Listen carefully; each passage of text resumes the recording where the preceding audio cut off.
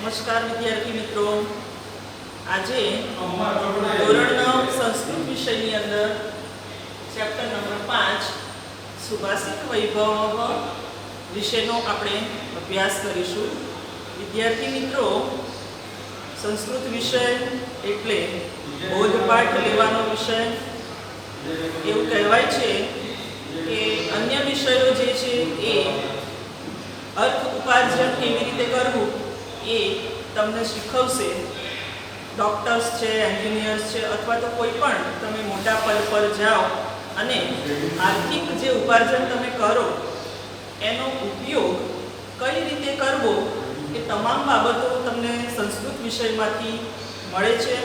એટલે કદાચ ભણવામાં સંસ્કૃત વિષય બોરિંગ હોય એવું તમને લાગશે, પણ ખરેખર જીવનમાં મહત્વનો અને ઉપયોગી કહી શકાય એવો વિષય એટલે સંસ્કૃત વિષય. તો આજે આપણે સુભાષિત વૈભવ વિષયનો અભ્યાસ કરીશું. વિદ્યાર્થી મિત્રો, સંસ્કૃત સાહિત્યની અંદર કોઈ મોટું કાવ્ય હોય તો એને આપણે મહાકાવ્ય તરીકે, અને નાનું કાવ્ય હોય તો એને આપણે મુક્તક તરીકે ઓળખીએ છીએ. જેમ ગુજરાતી ભાષામાં સુવિચારો હોય છે, તો એવી રીતે અહીંયા મુક્તકો, એક નાનકડું મુક્તક પણ કોઈ વ્યક્તિના જીવનને બદલી શકે છે. એ આપણે આમાંથી શીખીશું, જોઈશું. અહીંયા જે મુક્તકો આપેલા છે એમાં પહેલું છે એમાં પાઠકના ગુણો, એટલે કે વાચકના ગુણો. કોઈ પણ વ્યક્તિ કંઈ પણ વાંચતા હોય તો એનામાં સુભાષિતની અંદર ગુણો દર્શાવેલા છે. આપણે પછી એનો વિસ્તારપૂર્વક સમજ મેળવીએ છીએ. બીજા નંબરમાં છે ચલાયમાન જગતમાં કીર્તિની ચિરંજીવિતા. જગત ચંચળ છે મિત્રો, એમાં શું સ્થિર રહે છે તો કોઈ પણ માણસની કીર્તિ. એ બીજા સુભાષિતમાંથી આપણે જોઈશું. ત્યાર પછી સર્વ પાપોનું મૂળ એટલે લોભ, સ્વજન અને સાચા મિત્રની પરખ, તેમજ સજ્જન અને દુર્જન કોને કહેવો. કોણ સજ્જન છે, કોણ દુર્જન છે? વિદ્યાર્થી મિત્રો, કોઈ પણ વ્યક્તિના ઉપર એવું કોઈ લેબલ નથી મારેલું, ભાઈ આ વ્યક્તિ સજ્જન છે, આ વ્યક્તિ દુર્જન છે. તો આપણે જે માણસોની સાથે કાર્ય કરવાનું છે, અથવા તો કોઈ પણ વ્યક્તિ આપણા જીવનમાં આવે છે તો એને આપણે કઈ રીતે ઓળખીશું, એ બધી જ બાબતો તમને આ ચેપ્ટરમાંથી સમજાશે. તો જોઈશું આપણે. પહેલો જે શ્લોક છે, પહેલું જે સુભાષિત છે, એમાં આપણે એને સમજવાની કોશિશ કરીએ. તમે નોટ પેન સાથે રાખજો, જેથી કરીને કોઈ પણ અઘરા શબ્દો હોય એની નોંધ કરવાની, ત્યાર પછી એનો અનુવાદ થાય એ અનુવાદ લખવાનો, અને આપણે જે 50 માર્ક્સનું પેપર પૂછાય છે એમાં આ જે શ્લોકો છે એમાંથી વિચાર વિસ્તાર પણ પૂછાતો હોય છે. તો એ સમગ્ર સમજ આપણે આમાંથી મેળવીશું. જોઈએ. માધુર્યમ અક્ષર વ્યક્તિઃ પદચ્છેદસ્તુ સુસ્વરઃ ધૈર્યં લય સમર્થં ચ ષડેતિ પાઠકા ગુણાઃ. પહેલો શબ્દ છે માધુર્યમ અક્ષર વ્યક્તિઃ. માધુર્યમ એટલે મધુરતા, અક્ષર વ્યક્તિઃ અક્ષરની અભિવ્યક્તિ, પદચ્છેદસ્તુ પદચ્છેદ પ્લસ તુ પદનો છેદ, સુસ્વરઃ સારો સ્વર, ધૈર્યમ એટલે ધીરજ, ચ લય સમર્થમ અને લયની સમર્થતા, ષડેતિ પાઠકના ગુણાઃ આ 6 એ પાઠકના ગુણો છે. એટલે કે પાઠક એટલે અહીંયા વાચક, તો આ 6 એ વાચકના ગુણો છે. ફરીથી આપણે જોઈશું અનુવાદ સાથે. માધુર્યમ અક્ષરની અભિવ્યક્તિ, પદનો છેદ, સારો સ્વર, ધીરજ અને લયની સમર્થતા આ 6 પાઠકના ગુણો છે. મધુરતા, અક્ષરની અભિવ્યક્તિ, પદનો છેદ, સારો સ્વર, ધીરજ અને લયની સમર્થતા, આ 6 એ વાચકના ગુણો છે. દરેક જે શબ્દ છે એની પાછળ તમારે અલ્પવિરામ મૂકતા જવાનું અને છેલ્લે અહીંયા ધીરજ, પછી લયની સમર્થતા અને લયની સમર્થતા, આ 6 એ પાઠકના ગુણો છે. તો વિદ્યાર્થી મિત્રો, કોઈ પણ વ્યક્તિ વાંચન કરે છે તો એને શ્રેષ્ઠ વાંચન કહેવું હોય તો આ જે 6 લક્ષણો અહીંયા બતાવવામાં આવ્યા છે એ લક્ષણો એના વાંચનમાં હોવા જોઈએ, તો એ શ્રેષ્ઠ પ્રકારનો વાચક છે એવું આપણે કહી શકીએ. એટલે કોઈ પણ પ્રકારનું વાંચન કરતી વખતે આ 6 બાબતોને આપણે ધ્યાનમાં લઈશું. ત્યાર પછી બીજા નંબરનું સુભાષિત છે, જગત ચંચળ છે, એવું કંઈક આ સુભાષિતમાંથી આપણને સમજવા મળશે. ચલમ વિત્તમ ચલમ ચિત્તમ ચલે જીવિત યૌવને ચલાચલમ ઇદમ સર્વમ કીર્તિ એવ હિ જીવતી. ચલમ વિત્તમ, વિત્તમ એટલે ધન, ધન ચંચળ છે. તમે બધા જાણો છો પૈસો એ ચંચળ છે. આજે આપણી પાસે આવ્યો હોય, આપણે બીજાને આપીએ ત્યાંથી એ બીજા જોડે જાય. તો ધન ચંચળ છે. ચલમ ચિત્તમ, આપણું મન, ચિત્ત એ પણ ચંચળ છે. આપણને થોડી વાર માટે આવો વિચાર આવે, થોડી વાર માટે આવો વિચાર આવે, થોડી વારમાં એમ થાય કે વાંચવા બેસું, 10 મિનિટમાં એમ થાય કે નથી વાંચવું, વગેરે વગેરે. તો ચલમ ચિત્તમ એટલે મન ચંચળ છે. ચલે જીવિત યૌવને, જીવનમાં યૌવન પણ ચંચળ છે. એટલે કે કોઈ પણ વ્યક્તિના જીવનના જે સ્ટેજ છે, બાળપણ છે, યુવાની છે, ઘડપણ છે, આ બધું પણ ચંચળ છે. ચલાચલમ ઇદમ સર્વમ, આ બધી જ ચંચળ અને અચંચળ બાબતોમાં કીર્તિ એવ હિ જીવતી, શું ટકે છે? તો માણસના કાર્યોની જે સુવાસ છે, એના જે કર્મો છે તે જ આજીવન ટકે છે. વિદ્યાર્થી મિત્રો, તમે મહાપુરુષોના જીવન કવન વિશે સાંભળેલું છે, વાંચેલું છે. ગાંધીજી છે, આપણા જે સ્વતંત્ર સેનાનીઓ છે તે તમામ, સ્વામી વિવેકાનંદ છે, આવા ઘણા બધા જે મહાપુરુષો આપણા દેશની અંદર થઈ ગયા, એ બધાને આજે આપણે યાદ કરીએ છીએ તો એમનું કર્મ, એમની જે કીર્તિ છે એ આજે પણ જીવિત છે એવું આપણે 100% માનીએ છીએ. ફરીથી આપણે શ્લોક 2 નો અનુવાદ જોઈશું. તો ધન ચંચળ છે, મન ચંચળ છે, જીવનમાં યૌવન પણ ચંચળ છે. આ બધી જ ચંચળ અને અચંચળ બાબતોમાં માણસની કીર્તિ જ જીવે છે. એટલે કે માણસનું જે કાર્ય છે, માણસ જીવનમાં જે કાર્ય કરે છે એની સુવાસ એ માણસ જીવતો હોય કે ન હોય તો પણ એ કાયમ રહે છે.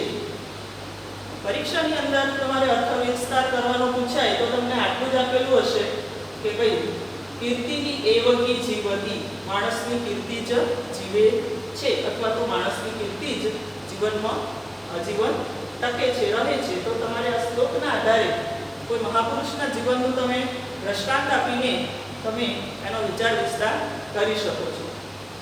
આગળ જોઈશું આપણે. મક્ષિકા વ્રણમ ઇચ્છન્તિ ધનમ ઇચ્છન્તિ પાર્થિવાહ નીચાઃ કલહમ ઇચ્છન્તિ શાંતિમ ઇચ્છન્તિ સાધવઃ. વિદ્યાર્થી મિત્રો, માણસ અલગ અલગ પ્રકારના હોય છે. એમાં કયા માણસો શું ઈચ્છે છે એના વિશેની વાત આપેલી છે.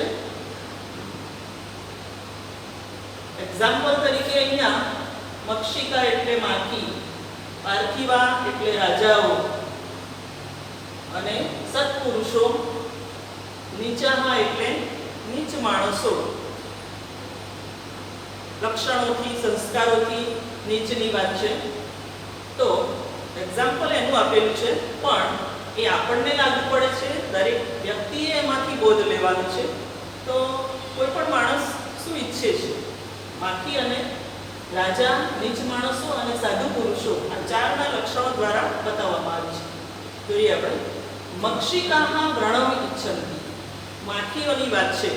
તમને ક્યાંય પણ વાગ્યું હોય હાથે પગે તો માખીઓને કોઈ મેસેજ કરવો પડતો નથી, ફટાફટ આવી અને તમને ત્યાં પરેશાન કરે છે. આપણે એ વસ્તુને ઢાંકી દેવી પડે છે, પાટો બાંધવો પડે છે. તો એ શોધી કાઢે છે કે ઘા ક્યાં છે. બરાબર? તો માખીઓ ઘા ઈચ્છે છે. વ્રણ એટલે ઘા, વાગેલો જે ભાગ છે તેની વાત છે. મક્ષિકાઃ વ્રણમ ઇચ્છન્તિ. માખીઓ ઘા ઈચ્છે છે. ધનમ ઇચ્છન્તિ પાર્થિવાઃ. રાજાઓ ધન ઈચ્છે છે. નીચાઃ કલહમ ઇચ્છન્તિ. અહીંયા સંસ્કારોથી નીચ માણસની વાત કરવામાં આવી છે. તો એવા જે નીચ માણસો છે તે કલહમ ઇચ્છન્તિ. કલહ એટલે ઝઘડો. તો એ ઝઘડો ઈચ્છે છે. કારણ હોય કે ના હોય, તાત્કાલિક એ લોકો ઝઘડવા માંડી પડે. શાંતિ ઇચ્છન્તિ સાધવઃ. અને જે સત્પુરુષો છે એ શાંતિ ઈચ્છે છે. તો અહીંયા 4 એક્ઝામ્પલ દ્વારા કેવા વ્યક્તિઓ શું ઈચ્છે એ તમને બતાવવામાં આવ્યું છે. અનુવાદ આપણે ફરીથી જોઈશું. માખીઓ ઘા ઈચ્છે છે, રાજાઓ ધન ઈચ્છે છે, નીચ માણસો ઝઘડો ઈચ્છે છે અને સત્પુરુષો શાંતિ ઈચ્છે છે. એટલે પોતાનું સંસ્કારરૂપી જે મૂડી છે એના આધારે વ્યક્તિઓ નક્કી કરે છે. આગળ જોઈશું. ગાવ ગંધેન પશ્યન્તિ વેદૈઃ પશ્યન્તિ બ્રાહ્મણાઃ ચારૈઃ પશ્યન્તિ રાજાન ચ ચક્ષુભ્યામ ઇતરે જનાઃ. કયા માણસો શાના આધારે જુએ છે? પારખવાની જે દ્રષ્ટિ છે તેની વાત છે. તો ગાવ ગંધેન પશ્યન્તિ. ગાયો ગંધ વડે જુએ છે. ઘણું બધું ટોળું હોય અને ચરવા માટે ગયેલું હોય, એમાંથી ગાય એ પોતાનું વાછરડું કયું છે એ આ ગંધ વડે એ પારખી લે છે. એને બતાવવું નથી પડતું કે આ બચ્ચું તારું જ છે. તો ગાયો ગંધ વડે પારખે છે. વેદૈઃ પશ્યન્તિ બ્રાહ્મણાઃ. બ્રાહ્મણો વેદો વડે જુએ છે. ચારૈઃ પશ્યન્તિ રાજાનો. ચારૈઃ એટલે ગુપ્તચર, જાસૂસ. રાજાઓ એ જાસૂસો વડે જુએ છે. જાસૂસો દ્વારા પોતાના રાજ્ય ઉપર કોઈ અન્ય રાજ્યના જે રાજાઓ છે એ આક્રમણ ન કરે એના માટેનો ખ્યાલ એ ગુપ્તચરો દ્વારા રાખે છે. ચક્ષુભ્યામ ઇતરે જનાઃ. ઇતરે જનાઃ. ઇતર એટલે સામાન્ય, જનાઃ એટલે માણસો. તો સામાન્ય માણસો જે છે એ 2 આંખો વડે જુએ છે. દીર્ઘ દ્રષ્ટિથી એ જોતા નથી એવું કહેવા માંગે છે. ફરીથી અનુવાદ આપણે જોઈશું. ગાયો ગંધ વડે જુએ છે, બ્રાહ્મણો વેદો વડે જુએ છે, રાજાઓ ગુપ્તચરો વડે જુએ છે અને સામાન્ય માણસો એ 2 આંખો વડે જુએ છે. ત્યાર પછી દરિદ્રાય ધનમ દેયમ જ્ઞાનમ દેયમ જડાય ચ વિપાસિતાય પાનીયમ શુદ્ધિતાય ચ ભોજનમ. 5મા નંબરનું જે સુભાષિત છે તે વિદ્યાર્થી મિત્રો, કોઈ પણ વ્યક્તિને જે તે સમયે કઈ વસ્તુની જરૂર છે એ વસ્તુનું મૂલ્ય એના માટે વધુ છે. ફોર એક્ઝામ્પલ, કોઈ ભૂખ્યો માણસ છે તો એને જે તે સમયે એને તૈયાર ભોજન જોઈએ છે. એને તમે પૈસા આપો તો એ પૈસા સાથે એ સમયે એને કોઈ લેવા દેવા નથી. કોઈ તરસ્યો વ્યક્તિ છે તો એને જે તે સમયે પાણીની જરૂર છે, બીજી કોઈ ચીજ વસ્તુની એને એ સમયે જરૂર છે નહીં, એવું આ સુભાષિત કંઈક કહે છે. તો દરિદ્રાય ધનમ દેયમ. દરિદ્ર વ્યક્તિને ધન આપવું જોઈએ. જ્ઞાનમ દેયમ જડાય ચ. જે જડ છે તેને જ્ઞાન આપવું જોઈએ. હવે અહીંયા જે દરિદ્ર છે એને જે તે સમયે ધનની જરૂર છે, એને જે એ સમયે જ્ઞાનની જરૂર છે. એટલે આમ તો જરૂર છે પણ એક્ઝેક્ટ તે સમયે એને જ્ઞાનની આવશ્યકતા નથી. એ દરિદ્ર છે, ગરીબ છે, એને પૈસાની જરૂર છે. તો જે જડ છે, સમજવામાં જેને મુશ્કેલી પડે છે અને વારે ઘડીએ બહુ ખોસીને સમજાવવું પડે છે એવું વ્યક્તિ એટલે જડ, તો એને જ્ઞાનની જરૂર છે. વિપાસિતાય પાનીયમ. તરસ્યાને પાણી અને पिपासिताय पानीयम च शुद्धिताय भोजनम। तो તરસ્યાને પાણી અને ભૂખ્યાને શુદ્ધિતાય એટલે ભૂખ્યો ભૂખ્યાને ભોજન આપવું જોઈએ। ફરીથી જોઈશું, ગરીબને ધન આપવું જોઈએ, જળને જ્ઞાન આપવું જોઈએ, તરસ્યાને પાણી અને ભૂખ્યાને ભોજન આપવું જોઈએ। 6 નંબરનો સુભાષિત, લોભાત ક્રોધઃ પ્રભવતિ।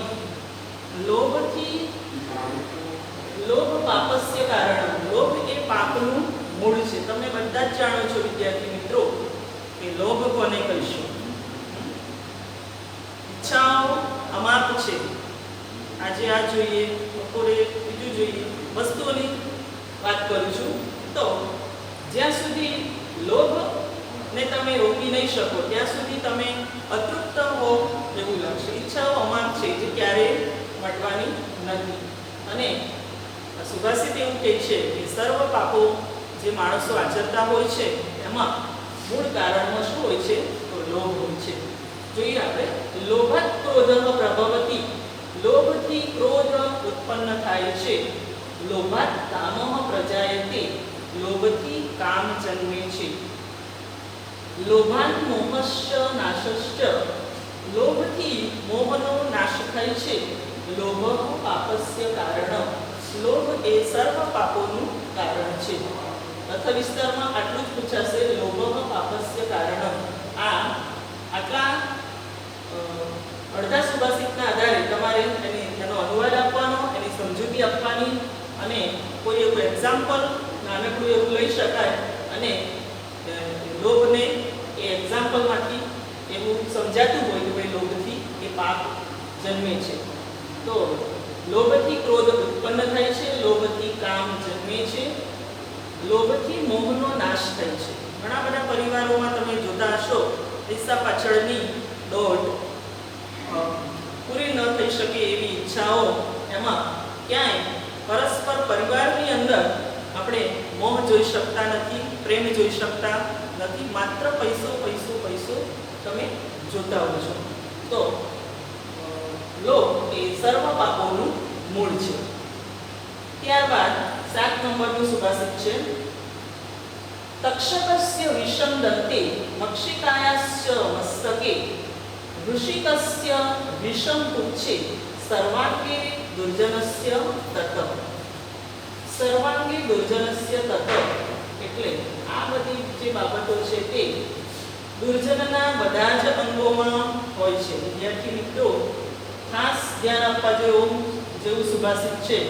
અહીંયા તક્ષક એટલે સાપ, મક્ષિકા એટલે માખી અને વૃષિક એટલે વીંછી, આ ત્રણનું એક્ઝામ્પલ આપીને અહીંયા દુર્જન જે વ્યક્તિ છે તે જે ખરાબ વ્યક્તિ છે એ ખરાબ વ્યક્તિની અંદર તો એના બધા જ અંગોની અંદર આવું કંઈક હોય છે એમ કે છે।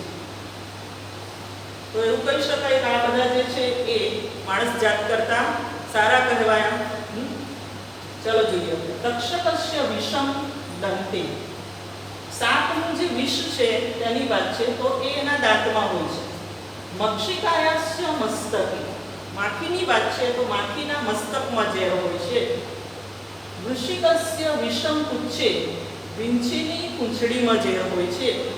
સર્વાંગે દુર્જનસ્ય તત, પરંતુ દુર્જન જે માણસ છે, દુર્જન જે વ્યક્તિ છે તેના બધા જ અંગોમાં ઝેર ભરેલું છે। એ બોલે છે એમાં પણ ઝેર છે, જુએ છે એમાં પણ ઝેર છે।